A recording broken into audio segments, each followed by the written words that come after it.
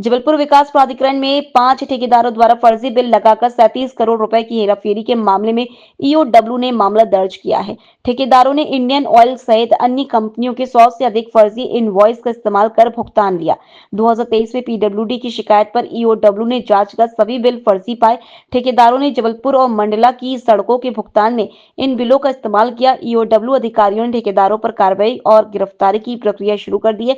इससे शासन को 37 करोड़ रुपए का नुकसान हुआ है। ये मध्य प्रदेश सड़क विकास प्राधिकरण का मामला है। महाकौशल के जो विभिन्न जिले हैं उस पर ठेकेदारों ने जो कार्य किया उस पर फर्जी बिटवीन बिल लगाया था। इस संबंध में शिकायत प्राप्त हुई थी। शिकायत की जांच की गई, बिलों का सत्यापन कराया गया आईओसीएल, एचपीसीएल, बीपीसीएल कंपनियों से, तो बिल उसमें फेक पाए गए। कंपनी ने बिल जारी नहीं किया है। उसी संबंध में प्रकरण पंजीबद्ध किया गया। ये 5 ठेकेदार हैं। इसमें विश्व कुसुम इंफ्राटेक और वैष्णव associate, AD construction, Lal Bahadur Yadav और अब्दुल अजीज, टोटल 5 ठेकेदार। जबलपुर के पनागर थाना क्षेत्र में बुढ़ागर नर्सरी के पीछे रविंद्र पटेल की हत्या का खुलासा पुलिस ने किया। पुलिस ने शिवम भूमिया और आनंद भूमिया को गिरफ्तार किया। पनागर थाना प्रभारी अजय सिंह ने बताया कि रविंद्र अक्सर शराब पीकर आरोपियों को गालियां देता था। घटना की शाम भी विवाद हुआ, जिसके बाद दोनों ने रविंद्र को शराब पीने के बहाने नर्सरी के पीछे बुलाया, लकड़ी की पटिया से मारकर उसकी हत्या कर दी और बाइक नहर में फेंक दी। पुलिस ने बाइक बरामद कर दोनों के खिलाफ हत्या का मामला दर्ज किया है। कल शाम को सूचना मिली थी कि ग्राम ब्रह्मौली के रहने वाले रविंद्र पटेल की लाश गांधी ग्राम के सामने नेशनल हाईवे के बाजू से पड़ी हुई है। सूचना पर तत्काल वरिष्ठ अधिकारी श्रीमान पुलिस अधीक्षक महोदय, एडिशनल एसपी साहब को, सीएसपी मैडम को बताया गया और टीम को लेकर के वहाँ मौके पर गए। तो रविंद्र पटेल को जब देखा गया वहाँ पे, तो उसके सिर पे चोट के निशान पाए गए और वहीं पे लकड़ी के बत्ते पाए गए। पूरे शरीर के उसका निरीक्षण किया गया तो बाकी जगह तो कहीं चोट नहीं थी, उसके सिर में ही पीछे तरफ और सामने तरफ थोड़ा सा चोट थी। लकड़ी से मारपीट होना ऐसा प्रतीत हुआ था, क्योंकि वहाँ पे लकड़ी पड़ी हुई थी, जो पटिया कहते हैं जिसको। हमने मर कायम करके जांच प्रारंभ की। आज पीएम कराया, पीएम रिपोर्ट प्राप्त हुई। डॉक्टर साहब ने उसकी सिर में आई चोटों के कारण मौत होना लेख किया है। उस तारतम्य में तत्काल गांव में ही पूछताछ लगातार करके और संदेह के आधार पर 2 आरोपियों को उठाया गया, जिनका नाम शिवम भूमिया और आनंद भूमिया है। ये दोनों ग्राम ब्रह्मौली के रहने वाले हैं। ये पाया गया कि अक्सर रविंद्र पटेल इन लोगों को देख करके दारू पी करके और गाली गलौज करता था। इसी बुराई की वजह से कल इन लोगों ने भी वहाँ पे दारू पी है और दारू पीने के बाद ब्रह्मौली में विवाद हुआ, तो ये लोग ले जा करके और उसके साथ मारपीट की और उसकी हत्या कर दी है। नहीं, धारदार हथियार नहीं, वहाँ पे लकड़ी की पटिया पड़ी थी, उसी लकड़ी की पटिया से सिर में चोट पहुंचाई दोनों लोगों ने और उसकी मोटरसाइकिल ले जा करके नहर में फेंक दिया था। हमने मोटरसाइकिल बरामद कर ली है और लकड़ी की पटिया बरामद कर ली है। इनके घर से जो घटना के समय कपड़े पहने हुए थे वो भी बरामद कर लिए गए हैं, जिसमें खून के निशान भी पाए गए। जबलपुर के आधारताल थाना क्षेत्र में जयप्रकाश नगर के 6 लोगों ने एसपी को शिकायत दी है। पीड़ितों ने आरोप लगाया है कि संजीव श्रीवास्तव और निशा शर्मा ने शेयर ट्रेडिंग में 10% से अधिक लाभ का झांसा देकर उनसे 30 लाख रुपए लिए। जब पैसा वापस मांगा तो धमकियां दी गई। पीड़ितों ने न्याय की गुहार लगाई। मामले में एएसपी आनंद कलादगी ने आधारताल सीएसपी को जांच कर कार्रवाई के निर्देश दिए।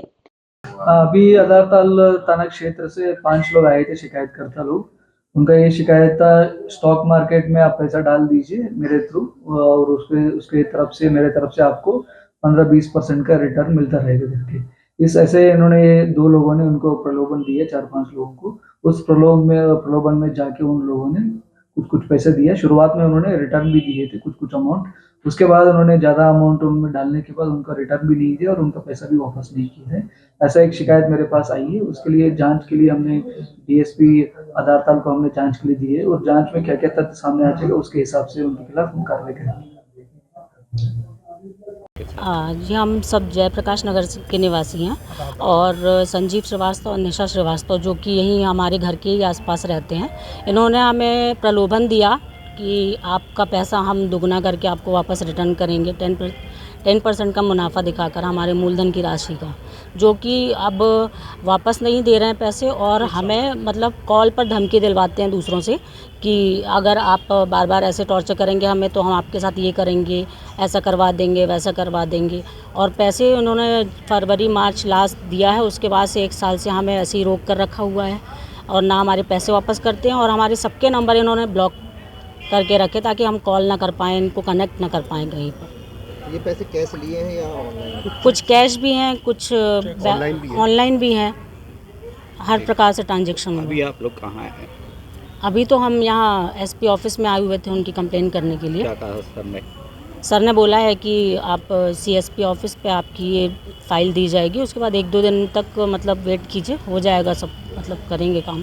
नाम बता दीजिए। नीलम तिवारी, आधारताल, जयप्रकाश नगर। जबलपुर के भंवरताल पार्क में एनएसबीआरडी ग्रुप ने नेताजी सुभाष चंद्र बोस की जयंती पर विशाल रक्तदान शिविर का आयोजन किया।